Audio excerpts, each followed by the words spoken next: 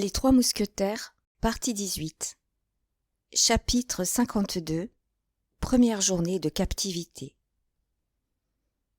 Revenons à Milady, qu'un regard jeté sur les côtes de France nous a fait perdre de vue un instant. Nous la retrouverons dans la position désespérée où nous l'avons laissée, se creusant un abîme de sombres réflexions, sombre enfer à la porte duquel elle a presque laissé l'espérance. Car pour la première fois, elle doute. Pour la première fois, elle craint. Dans 2 occasions, sa fortune lui a manqué. Dans 2 occasions, elle s'est vue découverte et trahie. Et dans ces 2 occasions, c'est contre le génie fatal envoyé sans doute par le Seigneur pour la combattre qu'elle a échoué. D'Artagnan l'a vaincue, elle, cette invincible puissance du mal. Il l'a abusée dans son amour, humiliée dans son orgueil, trompée dans son ambition. Et maintenant, voilà qu'il la perd dans sa fortune, qu'il l'atteint dans sa liberté, qu'il la menace même dans sa vie. Bien plus, il a levé un coin de son masque, cette égide dont elle se couvre et qui la rend si forte. D'Artagnan a détourné de Buckingham, qu'elle est, comme elle est tout ce qu'elle a aimé, la tempête dont la menaçait Richelieu dans la personne de la reine. D'Artagnan s'est fait passer pour De Wardes, pour lequel elle avait une de ces fantaisies de tigresse, indomptables comme en ont les femmes de ce caractère. D'Artagnan connaît ce terrible secret qu'elle a juré que nul ne connaîtrait sans mourir. Enfin, au moment où elle vient d'obtenir un blanc-seing à l'aide duquel elle va se venger de son ennemi, le blanc-seing lui est arraché des mains, et c'est D'Artagnan qui la tient prisonnière et qui va l'envoyer dans quelque immonde Botany Bay, dans quelque Tyburn infâme de l'océan Indien. Car tout cela lui vient de D'Artagnan sans doute. De qui viendrait tant de honte amassée sur sa tête, sinon de lui? Lui seul a pu transmettre à Lord de Winter tous ces affreux secrets, qu'il a découverts les uns après les autres par une sorte de fatalité. Il connaît son beau-frère. Il lui aura écrit. Que de haine elle distille, là, immobile et les yeux ardents et fixes dans son appartement désert, comme les éclats de ses rugissements sourds qui parfois s'échappent avec sa respiration du fond de sa poitrine, accompagnent bien le bruit de la houle qui monte, gronde, mugit et vient se briser comme un désespoir éternel et impuissant contre les rochers sur lesquels est bâti ce château sombre et orgueilleux. Comme, à la lueur des éclairs que sa colère orageuse fait briller dans son esprit, elle conçoit contre madame Bonacieux, contre Buckingham et surtout contre D'Artagnan de magnifiques projets de vengeance, perdus dans les lointains de l'avenir. Oui, mais pour se venger, il faut être libre. Et pour être libre, quand on est prisonnier, il faut percer un mur, desceller des barreaux, trouer un plancher. Toutes entreprises que peut mener à bout un homme patient et fort, mais devant lesquelles doivent échouer les irritations fébriles d'une femme. D'ailleurs, pour faire tout cela, il faut avoir le temps, des mois, des années. Et elle a 10 ou 12 jours, à ce que lui a dit Lord de Winter, son fraternel et terrible geôlier. Et cependant, si elle était un homme, elle tenterait tout cela, et peut-être réussirait-elle. Pourquoi donc le ciel s'est-il ainsi trompé en mettant cette âme virile dans ce corps frêle et délicat? Aussi, les premiers moments de la captivité ont été terribles. Quelques convulsions de rage qu'elle n'a pu vaincre ont payé sa dette de faiblesse féminine à la nature. Mais peu à peu, elle a surmonté les éclats de sa folle colère.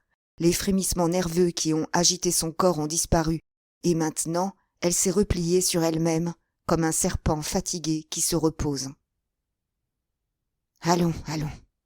J'étais folle de m'emporter ainsi, » dit-elle en plongeant dans la glace, qui reflète, dans ses yeux, son regard brûlant, par lequel elle semble s'interroger elle-même. Pas de violence. La violence est une preuve de faiblesse. D'abord, je n'ai jamais réussi par ce moyen. Peut-être, si j'usais de ma force contre des femmes, aurais-je chance de les trouver plus faibles encore que moi, et par conséquent de les vaincre. Mais c'est contre des hommes que je lutte, et je ne suis qu'une femme pour eux. Luttons en femme. Ma force est dans ma faiblesse. » Alors, comme pour se rendre compte à elle-même des changements qu'elle pouvait imposer à sa physionomie si expressive et si mobile, elle lui fit prendre à la fois toutes les expressions, depuis celle de la colère, qui crispait ses traits, jusqu'à celle du plus doux, du plus affectueux et du plus séduisant sourire. Puis ses cheveux prirent successivement sous ses mains savantes les ondulations qu'elle crut pouvoir aider au charme de son visage. Enfin, elle murmura, satisfaite d'elle-même. « Allons, rien n'est perdu. Je suis toujours belle. » Il était 8 heures du soir, à peu près. Milady aperçut un lit. Elle pensa qu'un repos de quelques heures rafraîchirait non seulement sa tête et ses idées, mais encore son teint. Cependant, avant de se coucher, une idée meilleure lui vint. Elle avait entendu parler de souper. Déjà, elle était depuis 1 heure dans cette chambre. On ne pouvait tarder à lui apporter son repas. La prisonnière ne voulut pas perdre de temps, et elle résolut de faire, dès cette même soirée, quelques tentatives pour sonder le terrain, en étudiant le caractère des gens auxquels sa garde était confiée. Une lumière apparut sous la porte. Cette lumière annonçait le retour de ses geôliers. Milady, qui s'était levée, se rejeta vivement sur son fauteuil, la tête renversée en arrière, ses beaux cheveux dénoués et épars, sa gorge demi-nue sous ses dentelles froissées, une main sur son cœur et l'autre pendante.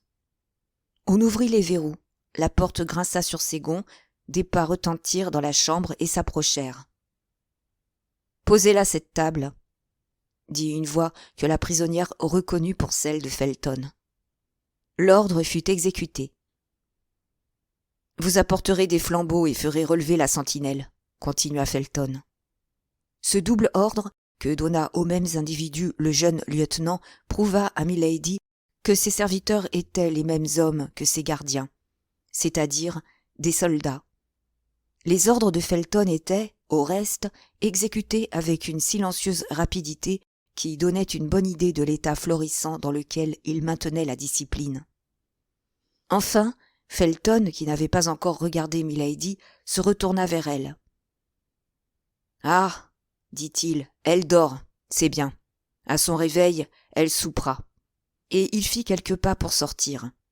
« Mais, mon lieutenant, » dit un soldat moins stoïque que son chef, et qui s'était rapproché de Milady, « cette femme ne dort pas ?»« Comment, elle ne dort pas ?» dit Felton. « Que fait-elle donc, alors ?»« Elle est évanouie. Son visage est très pâle, et j'ai beau écouter, je n'entends pas sa respiration. »« Vous avez raison, » dit Felton après avoir regardé Milady de la place où il se trouvait, sans faire un pas vers elle. « Allez prévenir Lord de Winter que sa prisonnière est évanouie, car je ne sais que faire, le cas n'ayant pas été prévu. » Le soldat sortit pour obéir aux ordres de son officier. Felton s'assit sur un fauteuil qui se trouvait par hasard près de la porte et attendit sans dire une parole, sans faire un geste. Milady possédait ce grand art, tant étudié par les femmes, de voir à travers ses longs cils sans avoir l'air d'ouvrir les paupières. Elle aperçut Felton qui lui tournait le dos. Elle continua de le regarder pendant 10 minutes à peu près, et pendant ces 10 minutes, l'impassible gardien ne se retourna pas une seule fois.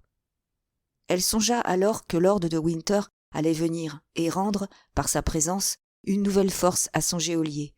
Sa première épreuve était perdue. Elle en prit son parti en femme qui compte sur ses ressources. En conséquence, elle leva la tête, ouvrit les yeux et soupira faiblement. À ce soupir, Felton se retourna enfin. « Ah, vous voilà réveillée, madame, » dit-il. « Je n'ai donc plus affaire ici. Si vous avez besoin de quelque chose, vous appellerez. »« Oh, mon Dieu, que j'ai souffert !» murmura Milady avec cette voix harmonieuse qui, pareille à celle des enchantresses antiques, charmait tous ceux qu'elle voulait perdre. Et elle prit, en se redressant sur son fauteuil, une position plus gracieuse et plus abandonnée encore que celle qu'elle avait lorsqu'elle était couchée. Felton se leva. « Vous serez servie ainsi 3 fois par jour, madame, dit-il. Le matin à 9 heures, dans la journée à 1 heure, et le soir à 8 heures. Si cela ne vous convient pas, Vous pouvez indiquer vos heures au lieu de celles que je vous propose, et sur ce point, on se conformera à vos désirs. »« Mais vais-je donc rester toujours seule dans cette grande et triste chambre ?» demanda Milady. « Une femme des environs a été prévenue. Elle sera demain au château et viendra toutes les fois que vous désirerez sa présence. »« Je vous rends grâce, monsieur, » répondit humblement la prisonnière. Felton fit un léger salut et se dirigea vers la porte. Au moment où il allait en franchir le seuil, Lord de Winter apparut dans le corridor, suivi du soldat qui était allé lui porter la nouvelle de l'évanouissement de Milady. Il tenait à la main un flacon de sel. « Eh bien, qu'est-ce ? Et que se passe-t-il donc ici ?» dit-il d'une voix railleuse en voyant sa prisonnière debout et Felton prêt à sortir. « Cette morte est-elle donc déjà ressuscitée ?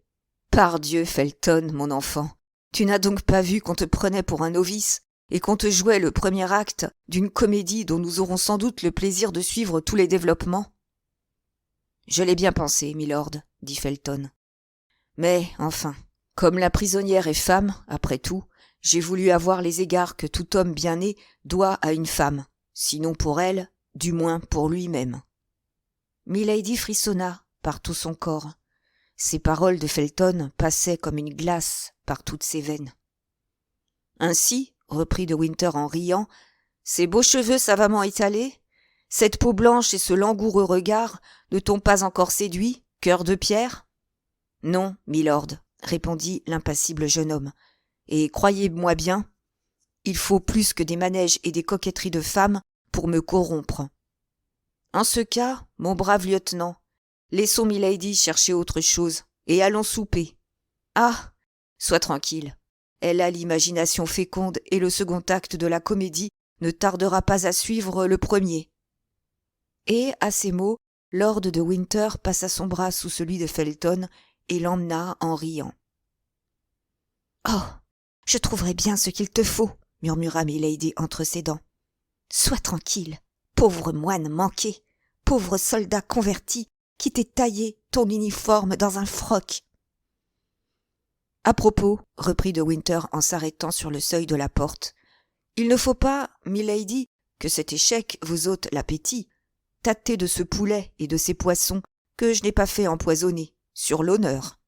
Je m'accommode assez de mon cuisinier, et comme il ne doit pas hériter de moi, j'ai en lui pleine et entière confiance. Faites comme moi. Adieu, chère sœur. À votre prochain évanouissement. » C'était tout ce que pouvait supporter Milady. Ses mains se crispèrent sur son fauteuil, ses dents grincèrent sourdement, ses yeux suivirent le mouvement de la porte qui se fermait derrière Lord de Winter et Felton. Et lorsqu'elle se vit seule, une nouvelle crise de désespoir la prit. Elle jeta les yeux sur la table, vit briller un couteau, s'élança et le saisit. Mais son désappointement fut cruel. La lame en était ronde et d'argent flexible. Un éclat de rire retentit derrière la porte mal fermée, et la porte se rouvrit. « Ah ah !» s'écria Lord de Winter. « Ah ah ! Vois-tu bien, mon brave Felton, vois-tu ce que je t'avais dit ? Ce couteau, c'était pour toi. Mon enfant, elle t'aurait tué. Vois-tu, c'est un de ses travers, de se débarrasser ainsi d'une façon ou de l'autre des gens qui la gênent. Si je t'eusse écouté, le couteau eût été pointu et d'acier. Alors, plus de Felton, elle t'aurait égorgé et, après toi, tout le monde. Vois donc, John, comme elle sait bien tenir son couteau. » En effet, Milady tenait encore l'arme offensive dans sa main crispée. Mais ces derniers mots, cette suprême insulte, détendirent ses mains, ses forces et jusqu'à sa volonté. Le couteau tomba par terre. « Vous avez raison, milord, » dit Felton avec un accent de profond dégoût qui retentit jusqu'au fond du cœur de Milady. « Vous avez raison, et c'est moi qui avais tort. » Et tous deux sortirent de nouveau. Mais cette fois, Milady prêta une oreille plus attentive que la première fois, et elle entendit leurs pas s'éloigner et s'éteindre dans le fond du corridor. « Je suis perdue, » murmura-t-elle. « Me voilà au pouvoir de gens sur lesquels je n'aurai pas plus de prise que sur des statues de bronze ou de granit. Ils me savent par cœur, et sont cuirassés contre toutes mes armes. Il est cependant impossible que cela finisse comme ils l'ont décidé. En effet, comme l'indiquait cette dernière réflexion, ce retour instinctif à l'espérance, dans cette âme profonde, la crainte et les sentiments faibles ne surnageaient pas longtemps. Milady se mit à table, mangea de plusieurs mets, but un peu de vin d'Espagne et sentit revenir toute sa résolution. Avant de se coucher, elle avait déjà commenté, analysé, retourné sur toutes leurs faces, examiné sous tous les points les paroles, les pas, les gestes, les signes et jusqu'au silence de ces geôliers. Et de cette étude profonde, habile et savante, il était résulté que Felton était, à tout prendre, le plus vulnérable de ces deux persécuteurs. Un mot surtout revenait à l'esprit de la prisonnière. « Si je t'eusse écouté », avait dit lord de Winter à Felton. Donc, Felton avait parlé en sa faveur, puisque lord de Winter n'avait pas voulu écouter Felton. « Faible ou forte, répétait Milady. Cet homme a donc une lueur de pitié dans son âme.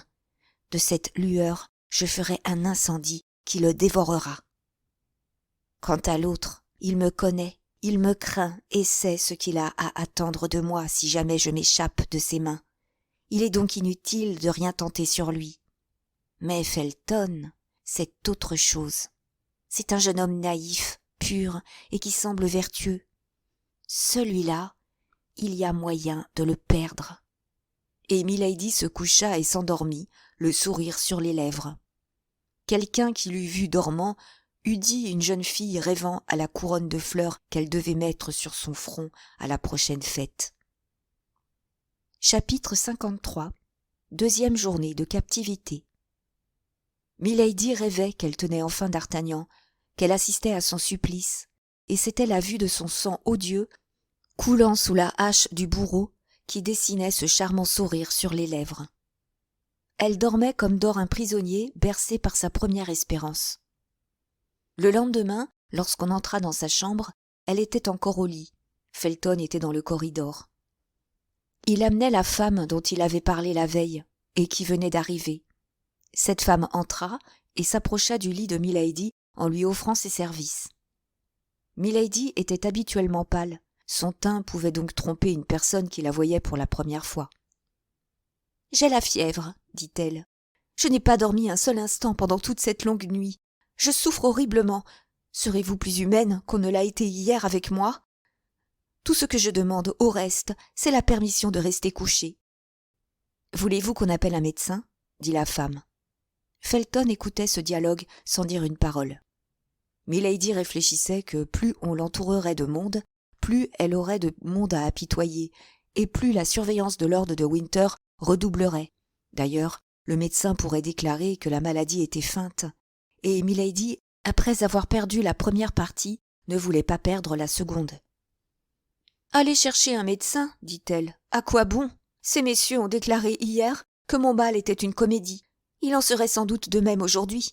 Car depuis hier soir, on a eu le temps de prévenir le docteur. »« Alors, dit Felton impatienté, dites vous-même, madame, quel traitement vous voulez suivre. »« Eh, le sais-je, moi ? Mon Dieu, je sens que je souffre, voilà tout.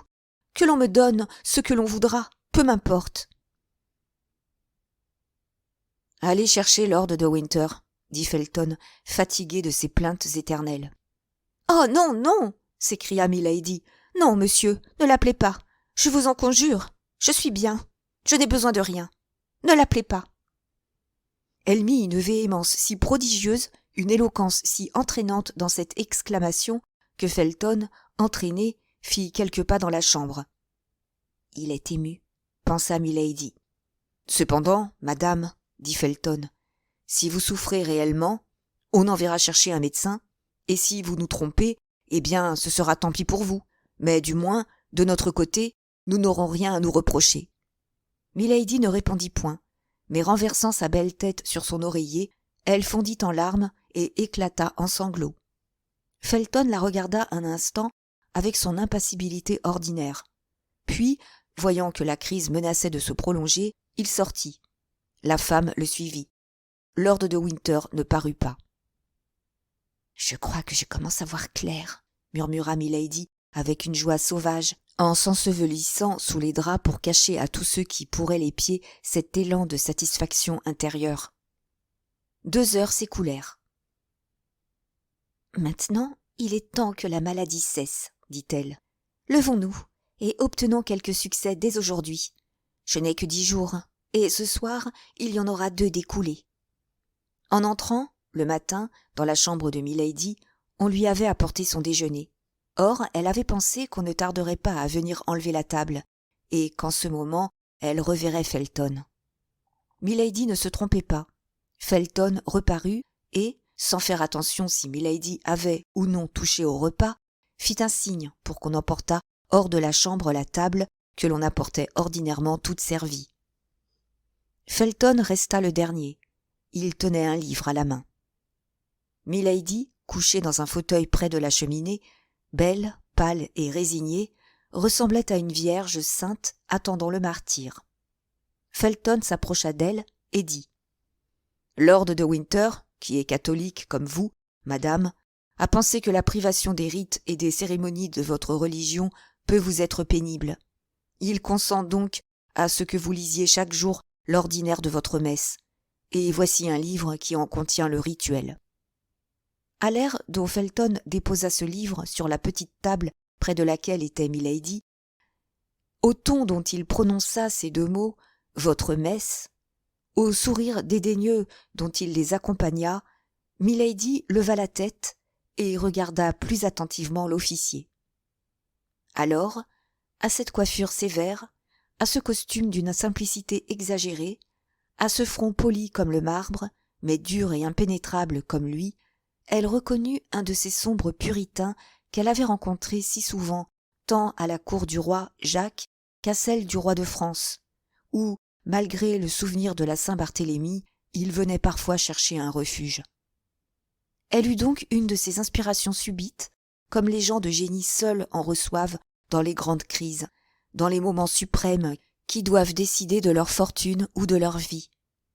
Ces 2 mots, « votre messe » et un simple coup d'œil jeté sur Felton, lui avaient en effet révélé toute l'importance de la réponse qu'elle allait faire. Mais, avec cette rapidité d'intelligence qui lui était particulière, cette réponse toute formulée se présenta sur ses lèvres. « Moi » dit-elle avec un accent de dédain monté à l'unisson de celui qu'elle avait remarqué dans la voix du jeune officier. « Moi, monsieur, ma messe ?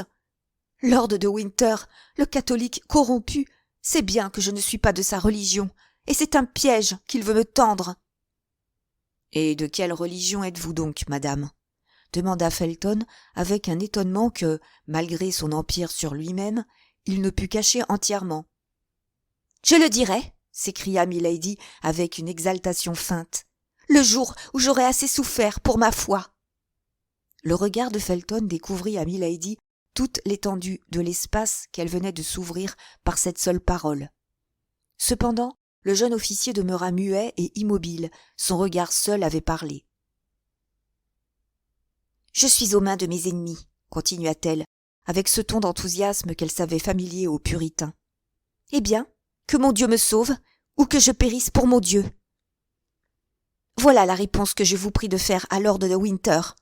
Et quant à ce livre, ajouta-t-elle, en montrant le rituel du bout du doigt, mais sans le toucher, comme si elle eût dû être souillée par cet attouchement, vous pouvez le remporter et vous en servir pour vous-même, car sans doute vous êtes doublement complice de Lord de Winter, complice dans sa persécution, complice dans son hérésie. Felton ne répondit rien, prit le livre avec le même sentiment de répugnance qu'il avait déjà manifesté et se retira pensif. Lord de Winter vint vers les 5 heures du soir. Milady avait eu le temps pendant toute la journée de se tracer son plan de conduite. Elle le reçut en femme qui a déjà repris tous ses avantages. « Il paraît, » dit le baron en s'asseyant dans un fauteuil en face de celui qu'occupait milady, et en étendant nonchalamment ses pieds sur le foyer, « il paraît que nous avons fait une petite apostasie. »« Que voulez-vous dire, monsieur » Je veux dire que depuis la dernière fois que nous nous sommes vus, nous avons changé de religion. Auriez-vous épousé un troisième mari protestant, par hasard? Expliquez-vous, milord, reprit la prisonnière avec majesté, car je vous déclare que j'entends vos paroles, mais que je ne les comprends pas. Alors, c'est que vous n'avez pas de religion du tout. J'aime mieux cela, reprit en ricanant lord de Winter. Il est certain que cela est plus selon vos principes, reprit froidement milady. Oh, je vous avoue que cela m'est parfaitement égal. Oh, vous n'avoueriez pas cette indifférence religieuse, milord, que vos débauches et vos crimes en feraient foi. Hein? Vous parlez de débauche, madame Messaline? Vous parlez de crime, Lady Macbeth? Ou j'ai mal entendu, ou vous êtes, pardieu, bien impudente. Vous parlez ainsi parce que vous savez qu'on nous écoute, monsieur, répondit froidement milady, et que vous voulez intéresser vos geôliers et vos bourreaux contre moi. Mes geôliers? Mes bourreaux? Ouais, madame, vous le prenez sur un ton poétique, et la comédie d'hier tourne ce soir à la tragédie. Au reste, vous serez où vous devez être, et ma tâche sera achevée. Tâche infâme, tâche impie, reprit milady avec l'exaltation de la victime qui provoque son juge. Je crois, ma parole d'honneur, dit de Winter en se levant, que la drôlesse devient folle. Allons, allons, calmez-vous, madame la puritaine, ou je vous fais mettre au cachot. Pardieu, c'est mon vin d'Espagne qui vous monte à la tête, n'est-ce pas? Mais soyez tranquille, cette ivresse-là n'est pas dangereuse et n'aura pas de suite. Et lord de Winter se retira en jurant, ce qui, à cette époque, était une habitude toute cavalière. Felton était en effet derrière la porte et n'avait pas perdu un mot de toute cette scène. Milady avait deviné juste. « Oui, va, va, dit-elle à son frère. Les suites approchent au contraire, mais tu ne les verras, imbécile, que lorsqu'il ne sera plus temps de les éviter. » Le silence se rétablit. 2 heures s'écoulèrent. On apporta le souper, et l'on trouva milady occupée à faire tout haut ses prières qu'elle avait apprises d'un vieux serviteur de son second mari, puritain des plus austères. Elle semblait en extase, et ne parut pas même faire attention à ce qui se passait autour d'elle. Felton fit signe qu'on ne la dérangeât point, et lorsque tout fut en état, il sortit sans bruit avec les soldats. Milady savait qu'elle pouvait être épiée. Elle continua donc ses prières jusqu'à la fin, et il lui sembla que le soldat qui était de sentinelle à sa porte ne marchait plus du même pas et paraissait écouter. Pour le moment, elle n'en voulait pas davantage. Elle se releva, se mit à table, mangea peu et ne but que de l'eau. 1 heure après, on vint enlever la table, mais milady remarqua que cette fois, Felton n'accompagnait point les soldats. Il craignait donc de la voir trop souvent. Elle se retourna vers le mur pour sourire, car il y avait dans ce sourire une telle expression de triomphe que ce seul sourire l'eût dénoncée. Elle laissa encore s'écouler une demi-heure, et comme en ce moment tout faisait silence dans le vieux château, comme on n'entendait que l'éternel murmure de la houle, cette respiration immense de l'océan, de sa voix pure, harmonieuse et vibrante, elle commença le premier couplet de ce psaume alors en entière faveur près des puritains. « Seigneur, si tu nous abandonnes, c'est pour voir si nous sommes forts, mais ensuite c'est toi qui donnes. De ta céleste main, la palme à nos efforts. » Ces vers n'étaient pas excellents, il s'en fallait même de beaucoup, mais comme on le sait, les protestants ne se piquaient pas de poésie. Tout en chantant, milady écoutait. Le soldat de garde à sa porte s'était arrêté comme s'il eût été changé en pierre. Milady put donc juger de l'effet qu'elle avait produit. Alors elle continua son chant avec une ferveur et un sentiment inexprimables.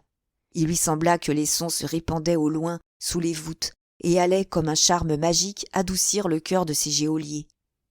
Cependant, il paraît que le soldat en sentinelle, zélé catholique sans doute, secoua le charme, car à travers la porte « Taisez-vous donc, madame, dit-il, votre chanson est triste comme un des profondis.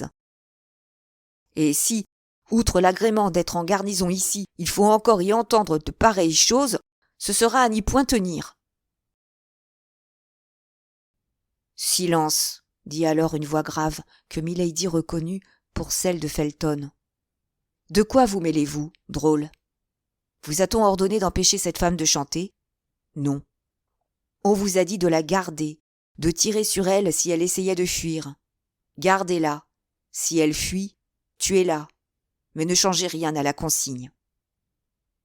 Une expression de joie indicible illumina le visage de Milady, mais cette expression fut fugitive comme le reflet d'un éclair.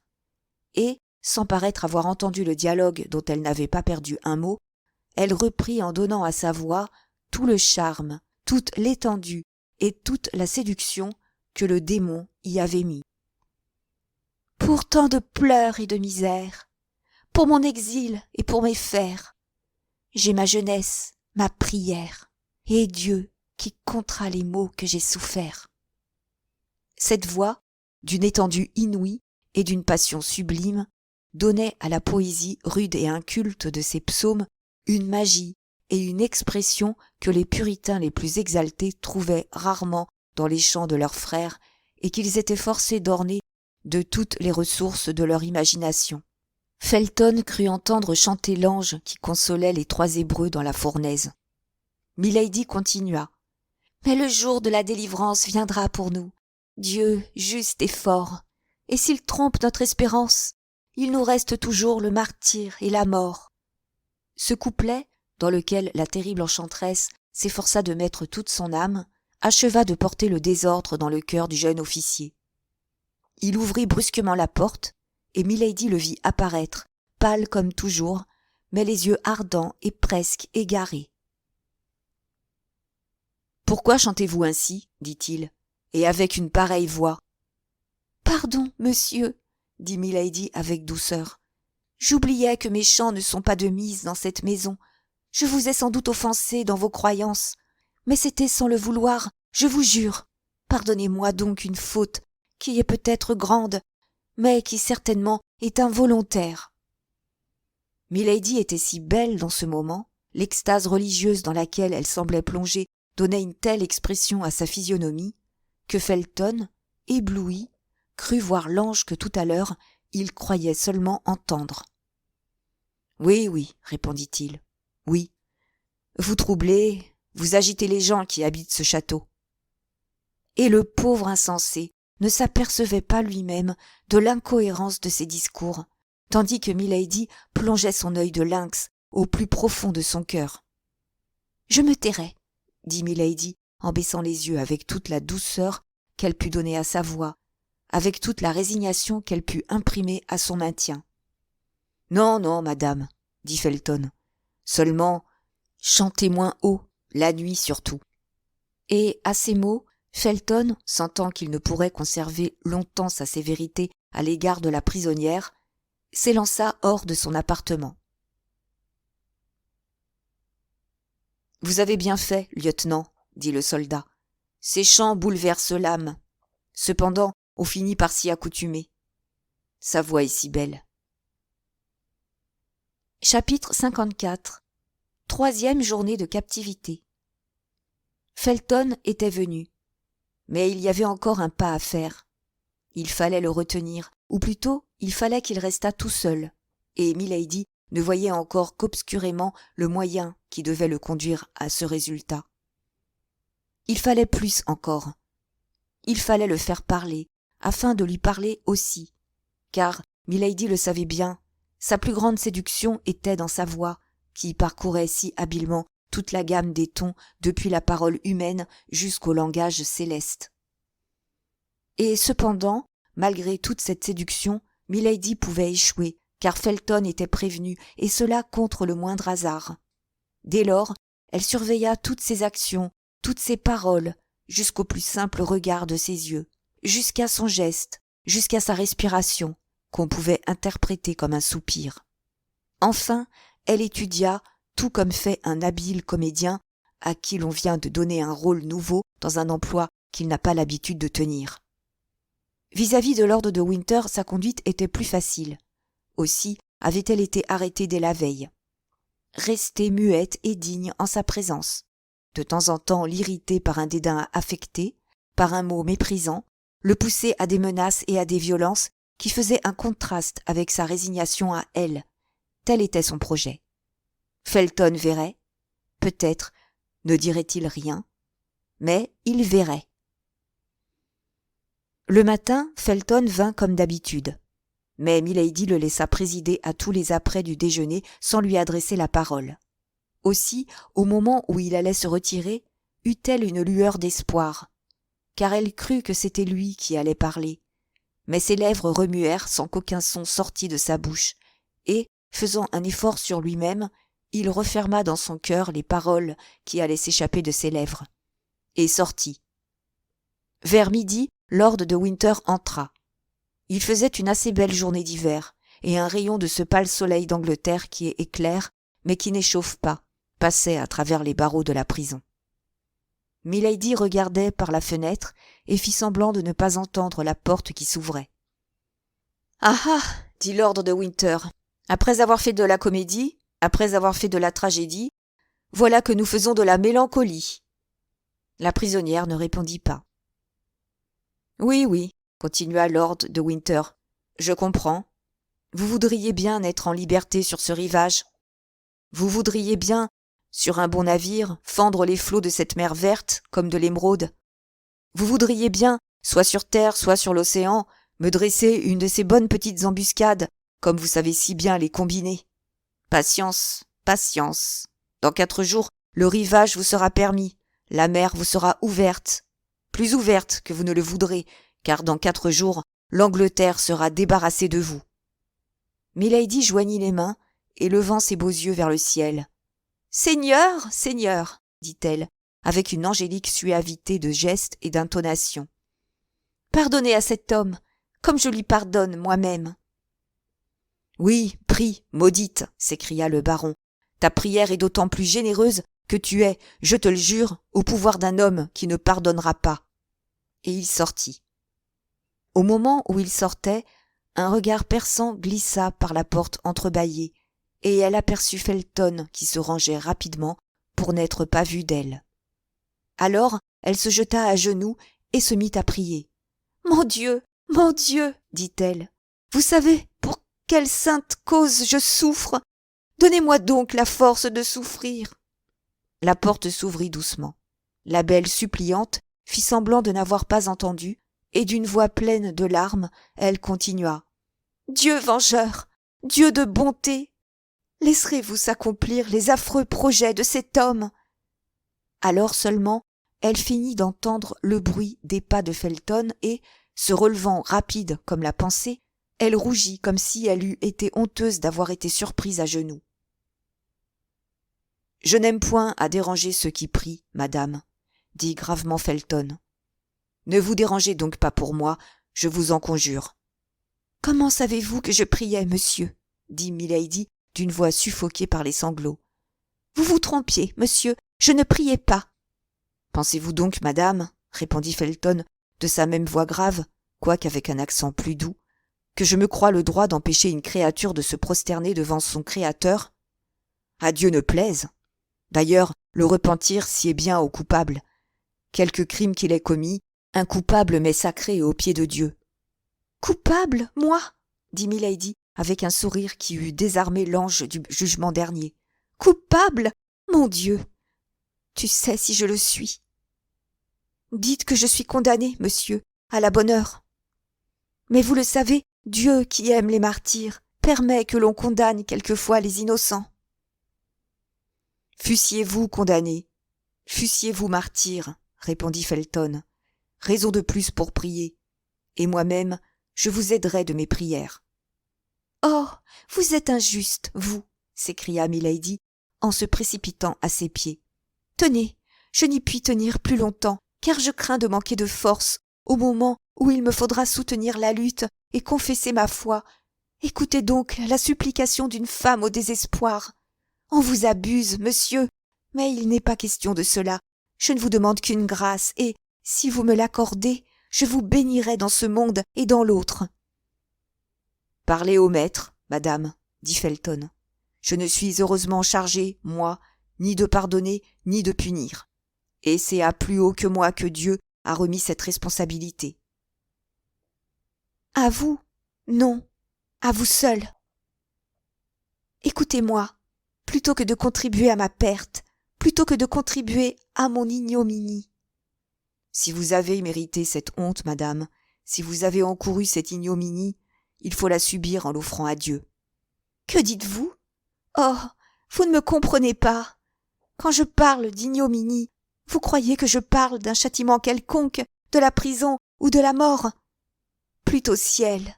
Que m'importe à moi la mort ou la prison? C'est moi qui ne vous comprends plus, madame. Ou qui faites semblant de ne plus me comprendre, monsieur, répondit la prisonnière avec un sourire de doute. Non, madame, sur l'honneur d'un soldat, sur la foi d'un chrétien. Comment? Vous ignorez les desseins de Lord de Winter sur moi? Je les ignore. Impossible, vous, son confident? Je ne mens jamais, madame. Oh, ils se cachent trop peu, cependant, pour qu'on ne les devine pas. Je ne cherche à rien deviner, madame. J'attends qu'on me confie, et à part ce qu'il m'a dit devant vous, Lord de Winter ne m'a rien confié. Mais, s'écria milady avec un incroyable accent de vérité, vous n'êtes donc pas son complice? Vous ne savez donc pas qu'il me destine à une honte que tous les châtiments de la terre ne sauraient égaler en horreur? Vous vous trompez, madame, dit Felton en rougissant. Lord de Winter n'est pas capable d'un tel crime. Bon, dit milady en elle-même, sans savoir ce que c'est, il appelle cela un crime. Puis tout haut. L'ami de l'infâme est capable de tout. Qui appelez-vous l'infâme? Demanda Felton. Y a-t-il donc en Angleterre 2 hommes à qui un semblable nom puisse convenir? Vous voulez parler de Georges Villiers? Dit Felton, dont les regards s'enflammèrent. Que les païens, les gentils et les infidèles appellent duc de Buckingham, reprit milady. Je n'aurais pas cru qu'il y aurait eu un Anglais dans toute l'Angleterre qui eût eu besoin d'une si longue explication pour reconnaître celui dont je voulais parler. La main du Seigneur est étendue sur lui, dit Felton. Il n'échappera pas au châtiment qu'il mérite. Felton ne faisait qu'exprimer à l'égard du duc le sentiment d'exécration que tous les Anglais avaient voué à celui que les catholiques eux-mêmes appelaient l'exacteur, le concussionnaire, le débauché, et que les puritains appelaient tout simplement Satan. « Oh, mon Dieu, s'écria milady, quand je vous supplie d'envoyer à cet homme le châtiment qui lui est dû, vous savez que ce n'est pas ma propre vengeance que je poursuis, mais la délivrance de tout un peuple que j'implore. » « Le connaissez-vous donc? Demanda Felton. « Enfin, il m'interroge. » Se dit en elle-même milady au comble de la joie d'en être arrivée si vite à un si grand résultat. « Oh, si je le connais! Oh oui, pour mon malheur éternel !» Et milady se tordit les bras, comme arrivée au paroxysme de la douleur. Felton sentit sans doute en lui-même que sa force l'abandonnait, et il fit quelques pas vers la porte. La prisonnière, qui ne le perdait pas de vue, bondit à sa poursuite et l'arrêta. « Monsieur, s'écria-t-elle, soyez bon, soyez clément, écoutez ma prière. Ce couteau que la fatale prudence du baron m'a enlevé, parce qu'il sait l'usage que j'en veux faire. Oh, écoutez-moi jusqu'au bout. Ce couteau, rendez-le-moi 1 minute seulement, par grâce, par pitié.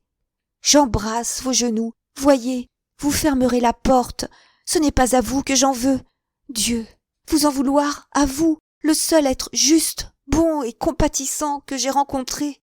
À vous, mon sauveur, peut-être. 1 minute, ce couteau, 1 minute, une seule, et je vous le rends par le guichet de la porte. Rien qu'1 minute, monsieur Felton, et vous m'aurez sauvé l'honneur. »« Vous tuez » s'écria Felton avec terreur, oubliant de retirer ses mains des mains de la prisonnière. « Vous tuez » ?»« J'ai dit, monsieur, » murmura milady en baissant la voix et en se laissant tomber, affaissée sur le parquet. « J'ai dit mon secret. Il sait tout. Mon Dieu, je suis perdu. » Felton demeurait debout, immobile et indécis.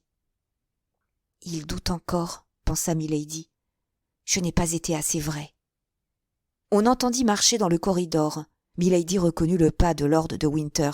Felton le reconnut aussi et s'avança vers la porte. Milady s'élança. « Oh, pas un mot !» dit-elle d'une voix concentrée. « Pas un mot de tout ce que je vous ai dit à cet homme, où je suis perdue. Et c'est vous, vous !» Puis, comme les pas se rapprochaient, elle se tut de peur qu'on entendît sa voix, appuyant avec un geste de terreur infinie sa belle main sur la bouche de Felton. Felton repoussa doucement Milady, qui alla tomber sur une chaise longue. Lord de Winter passa devant la porte sans s'arrêter, et l'on entendit le bruit des pas qui s'éloignaient. Felton, pâle comme la mort, resta quelques instants l'oreille tendue et écoutant, puis, quand le bruit se fut éteint tout à fait, il respira comme un homme qui sort d'un songe et s'élança hors de l'appartement. « Ah !» dit Milady en écoutant à son tour le bruit des pas de Felton qui s'éloignait dans la direction opposée à ceux de lord de Winter. « Enfin, tu es donc à moi !» Puis son front se rembrunit. « S'il parle au baron, dit-elle, je suis perdue, car le baron, qui sait bien que je ne me tuerai pas, me mettra devant lui un couteau entre les mains, et il verra bien que tout ce grand désespoir n'était qu'un jeu. » Elle alla se placer devant sa glace et se regarda. Jamais elle n'avait été si belle. « Oh oui, dit-elle en souriant, mais il ne lui parlera pas. » Le soir, lord de Winter accompagna le souper. « Monsieur, lui dit Milady, votre présence est-elle un accessoire obligé de ma captivité? Et ne pourriez-vous pas m'épargner ce surcroît de torture que me causent vos visites? » « Comment donc, chère sœur, dit de Winter, ne m'avez-vous pas sentimentalement annoncé, de cette jolie bouche si cruelle pour moi aujourd'hui, que vous veniez en Angleterre à cette seule fin de me voir tout à votre aise, jouissance dont, me disiez-vous, vous ressentiez si vivement la privation que vous avez tout risqué pour cela, mal de mer, tempête, captivité? Eh bien, me voilà, soyez satisfaite. D'ailleurs, cette fois, ma visite a un motif. » Milady frissonna. Elle crut que Felton avait parlé. Jamais de sa vie, peut-être, cette femme, qui avait éprouvé tant d'émotions puissantes et opposées, n'avait senti battre son cœur si violemment. Elle était assise. Lord de Winter prit un fauteuil, le tira à son côté et s'assit auprès d'elle, puis, prenant dans sa poche un papier qu'il déploya lentement. « Tenez, » lui dit-il. Je voulais vous montrer cette espèce de passeport que j'ai rédigé moi-même et qui vous servira désormais de numéro d'ordre dans la vie que je consens à vous laisser. » Puis, ramenant ses yeux de Milady sur le papier, il lut. « Ordre de conduire à... » « Le nom est en blanc, interrompit de Winter. Si vous avez quelque préférence, vous me l'indiquerez. Et pour peu que ce soit à 1 millier de lieues de Londres, il sera fait droit à votre requête. Je reprends donc. Ordre de conduire à la nommée Charlotte Backson, flétrie par la justice du royaume de France, mais libérée après châtiment. Elle demeurera dans cette résidence sans jamais s'en écarter de plus de 3 lieues. En cas de tentative d'évasion, la peine de mort lui sera appliquée. Elle touchera 5 shillings par jour pour son logement et sa nourriture. « Cet ordre ne me concerne pas, » répondit froidement Milady, « puisqu'un autre nom que le mien y est porté. »« Un nom ? Est-ce que vous en avez un ? » ?»« J'ai celui de votre frère. »« Vous vous trompez, mon frère n'est que votre second mari, et le premier vit encore. »« Dites-moi son nom, et je le mettrai en place du nom de Charlotte Backson. »« Non ? Vous ne voulez pas ? Vous gardez le silence ? C'est bien. Vous serez écroué sous le nom de Charlotte Backson. » Milady demeura silencieuse. Seulement, cette fois, ce n'était plus par affectation, mais par terreur. Elle crut l'ordre prêt à être exécuté. Elle pensa que lord de Winter avait avancé son départ. Elle crut qu'elle était condamnée à partir le soir même. Tout dans son esprit fut donc perdu pendant un instant, quand tout à coup, elle s'aperçut que l'ordre n'était revêtu d'aucune signature. La joie qu'elle ressentit de cette découverte fut si grande qu'elle ne put la cacher. « Oui, oui, dit lord de Winter, qui s'aperçut de ce qui se passait en elle. Oui, vous cherchez la signature. Et vous vous dites, tout n'est pas perdu, puisque cet acte n'est pas signé. On me le montre pour m'effrayer, voilà tout. Vous vous trompez. Demain, cet ordre sera envoyé à Lord Buckingham. Après-demain, il reviendra signé de sa main et revêtu de son sceau. Et 24 heures après, c'est moi qui vous en réponds. Il recevra son commencement d'exécution. Adieu, madame. Voilà tout ce que j'avais à vous dire. Et moi, je vous répondrai, monsieur, que cet abus de pouvoir, que cet exil sous un nom supposé sont une infamie. Aimez-vous mieux être pendu sous votre vrai nom, milady? Vous le savez, les lois anglaises sont inexorables sur l'abus que l'on fait du mariage. Expliquez-vous franchement. Quoique mon nom, ou plutôt le nom de mon frère, se trouve mêlé dans tout cela, je risquerais le scandale d'un procès public pour être sûr que du coup je serais débarrassé de vous. Milady ne répondit pas, mais devint pâle comme un cadavre. Ah, je vois que vous aimez mieux la pérégrination. À merveille, madame. Et il y a un vieux proverbe qui dit que les voyages forment la jeunesse. Ma foi, vous n'avez pas tort, après tout, et la vie est bonne. C'est pour cela que je ne me soucie pas que vous me l'ôtiez. Reste donc à régler l'affaire des 5 shillings. Je me montre un peu parcimonieux, n'est-ce pas? Cela tient à ce que je ne me soucie pas que vous corrompiez vos gardiens. D'ailleurs, il vous restera toujours vos charmes pour les séduire. Usez-en, si votre échec avec Felton ne vous a pas dégoûté des tentatives de ce genre. Felton n'a point parlé, se dit Milady en elle-même. Rien n'est perdu alors. Et maintenant, madame, à vous revoir. Demain, je viendrai vous annoncer le départ de mon messager. Lord de Winter se leva, salua ironiquement Milady et sortit. Milady respira. Elle avait encore 4 jours devant elle. 4 jours lui suffiraient pour achever de séduire Felton. Une idée terrible lui vint alors, c'est que Lord de Winter enverrait peut-être Felton lui-même pour faire signer l'ordre à Buckingham. De cette façon, Felton lui échappait. Et pour que la prisonnière réussît, il fallait la magie d'une séduction continue.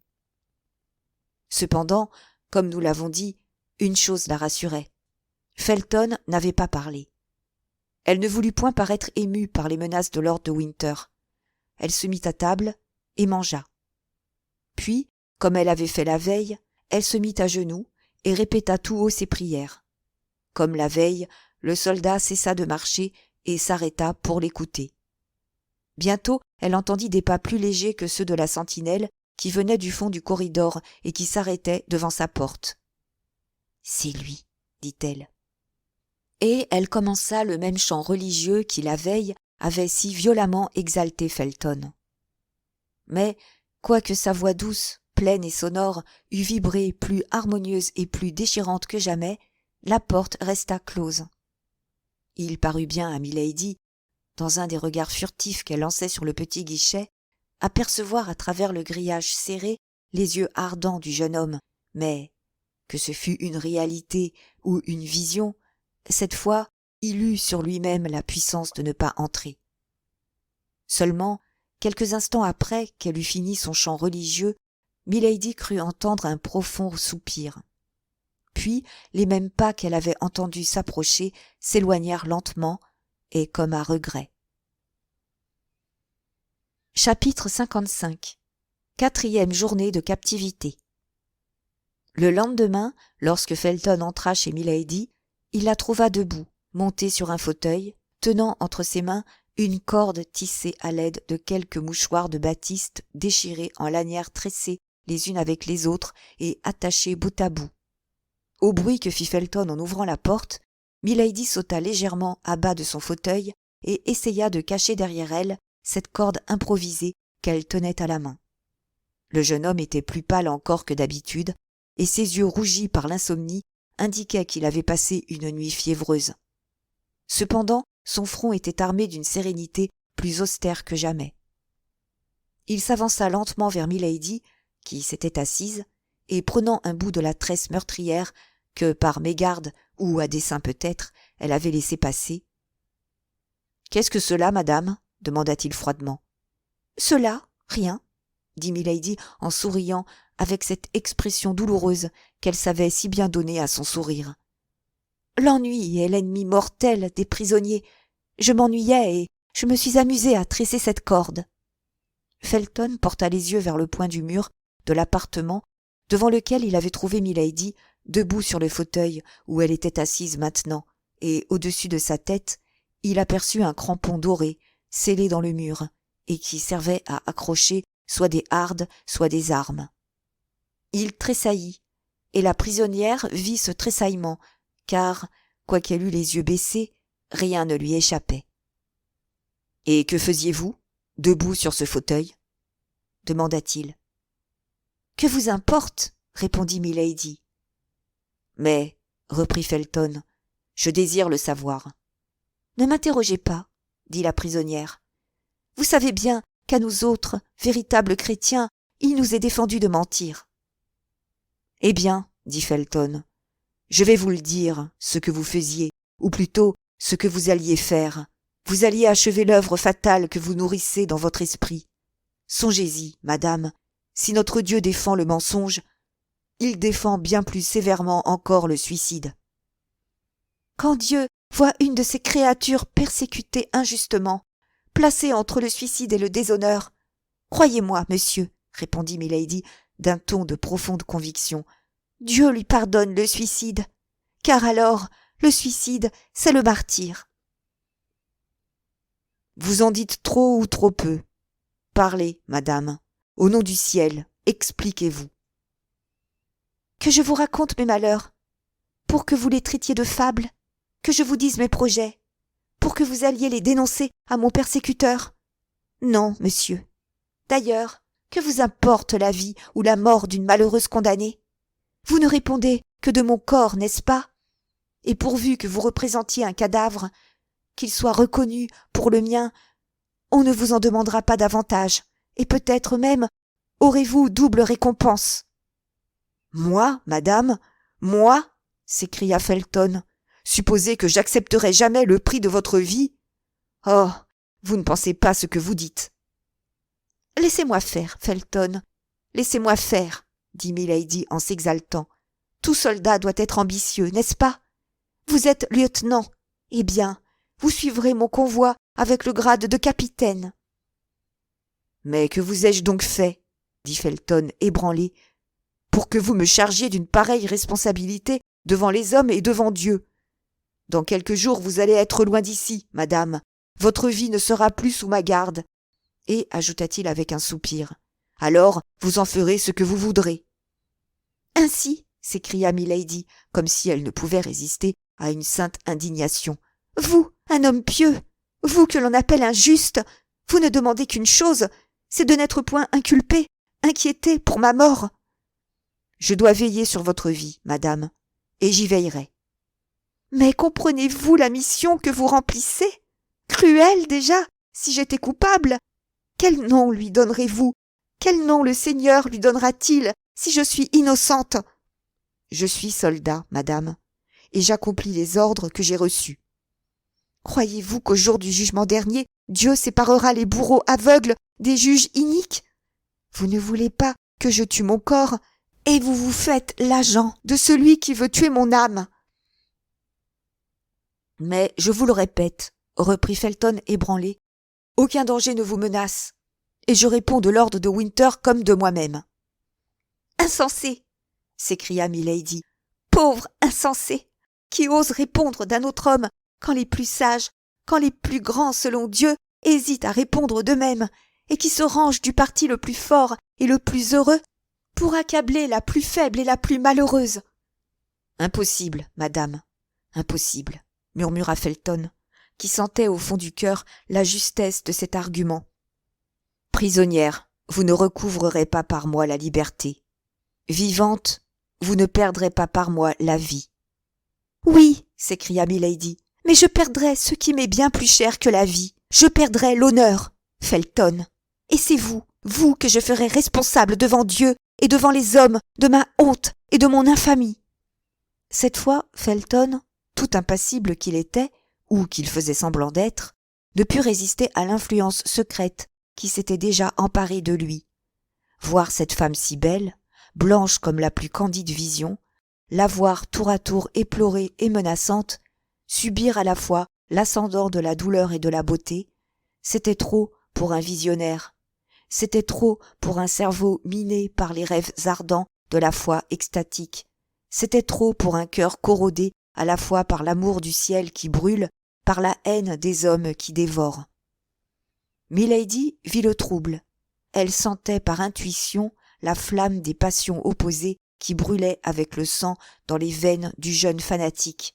Et, pareil à un général habile qui, voyant l'ennemi prêt à reculer, marche sur lui en poussant un cri de victoire, elle se leva, belle comme une prêtresse antique, inspirée comme une vierge chrétienne, et, le bras étendu, le col découvert, les cheveux épars retenant d'une main sa robe pudiquement ramenée sur sa poitrine, le regard illuminé de ce feu qui avait déjà porté le désordre dans l'essence du jeune puritain, elle marcha vers lui, s'écriant sur un air véhément, de sa voix si douce, à laquelle, dans l'occasion, elle donnait un accent terrible.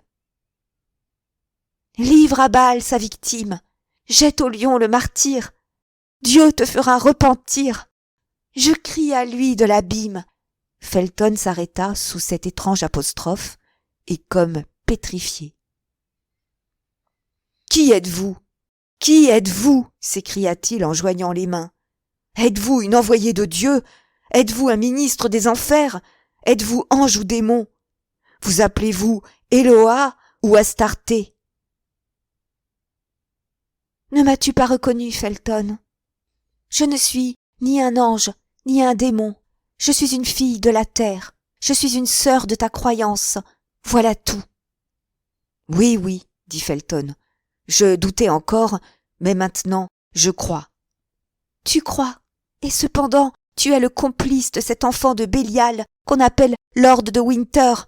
Tu crois, et cependant, tu me laisses aux mains de mes ennemis, de l'ennemi de l'Angleterre, de l'ennemi de Dieu.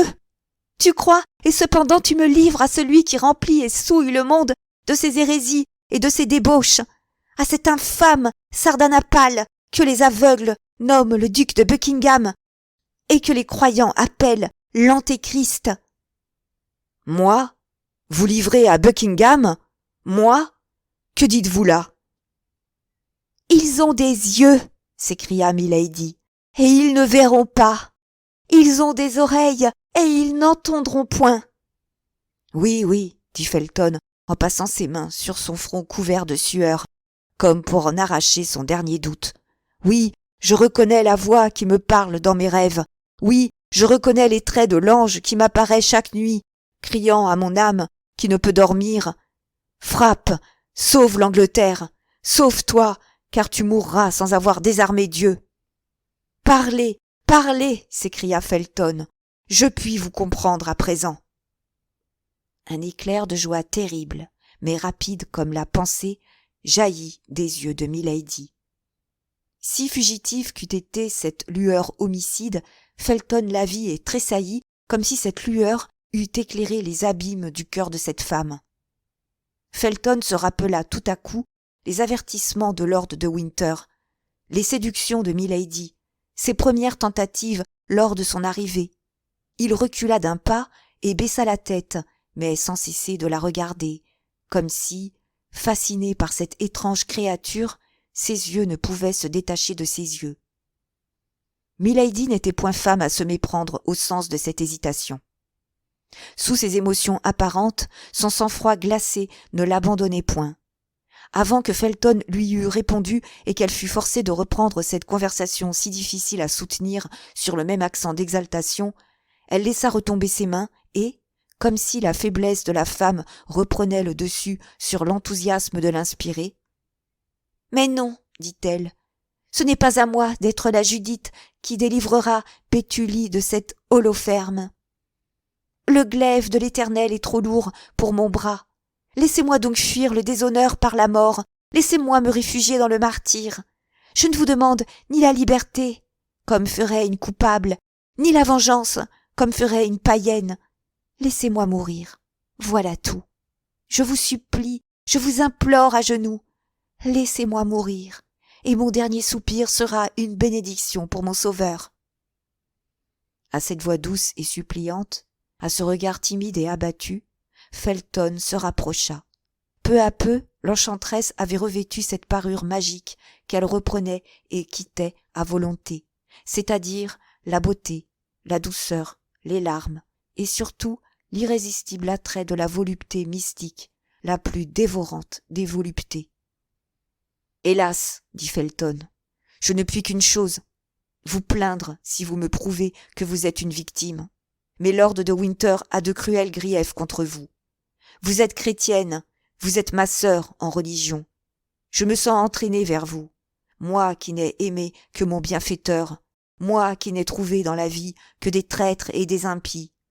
Mais vous, madame, vous si belle en réalité, vous si pure en apparence, pour que Lord de Winter vous poursuive ainsi, vous avez donc commis des iniquités ? » « Ils ont des yeux, » répéta milady avec un accent d'indicible douleur, « et ils ne verront pas.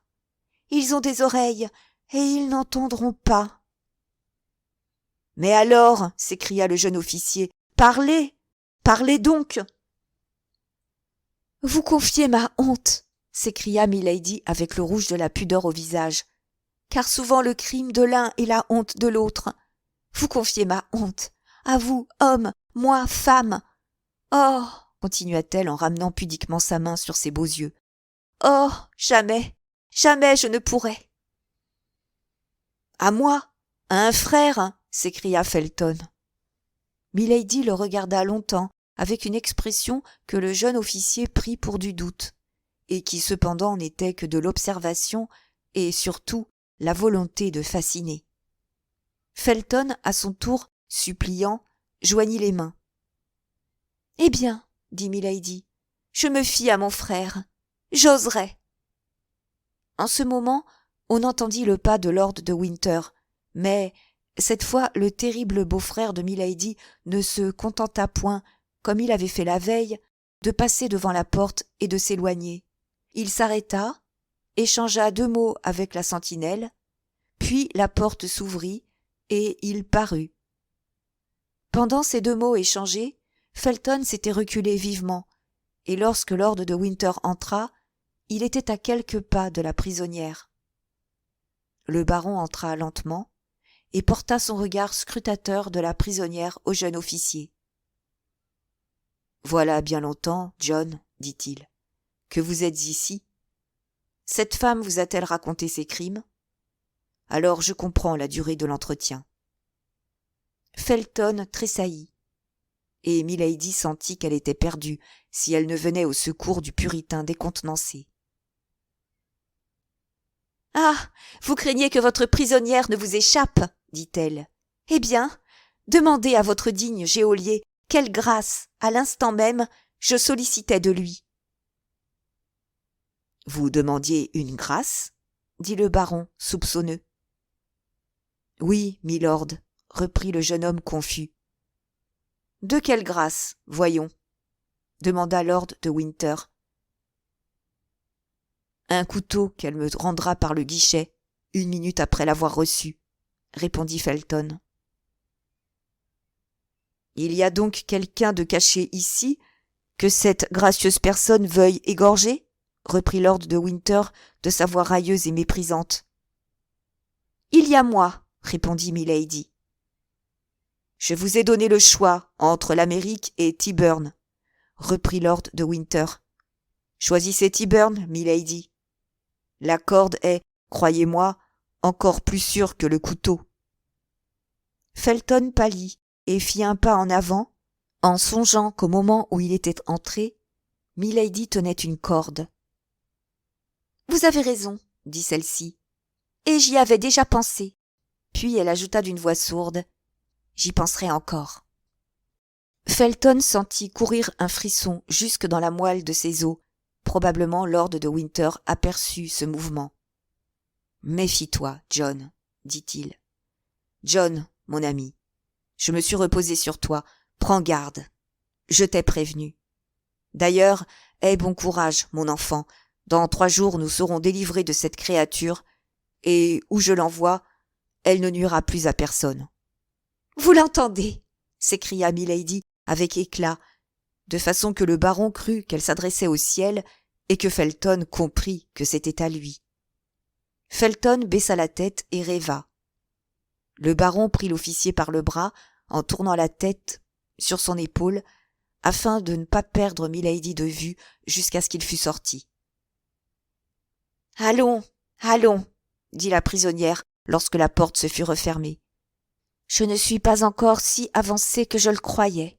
Winter a changé sa sottise ordinaire en une prudence inconnue.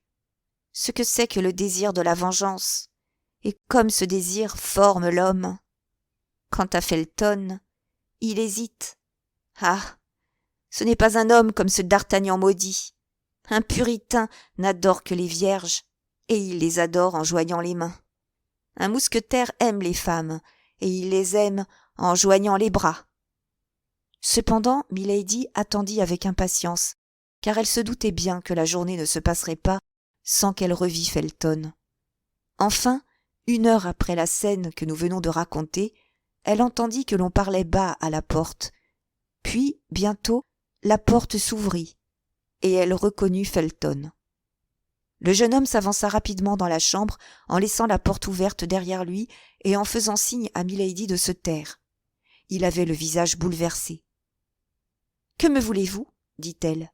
« Écoutez, » répondit Felton à voix basse. « Je viens d'éloigner la sentinelle pour pouvoir rester ici sans qu'on sache que je suis venu, pour vous parler sans qu'on puisse entendre ce que je vous dis. Le baron vient de me raconter une histoire effroyable. » Milady prit son sourire de victime résignée et secoua la tête. « Ou vous êtes un démon, » continua Felton, « ou le baron, mon bienfaiteur, mon père, est un monstre. Je vous connais depuis 4 jours. Je l'aime depuis 10 ans, lui. Je puis donc hésiter entre vous deux. Ne vous effrayez pas de ce que je vous dis. J'ai besoin d'être convaincu. Cette nuit, après minuit, je viendrai vous voir. Vous me convaincrez. »« Non, Felton, non, mon frère, dit-elle. Le sacrifice est trop grand, et je sens qu'il vous coûte. Non, je suis perdue. Ne vous perdez pas avec moi. Ma mort sera bien plus éloquente que ma vie, et le silence du cadavre vous convaincra bien mieux que les paroles de la prisonnière. »« Taisez-vous, madame, s'écria Felton, et ne me parlez pas ainsi.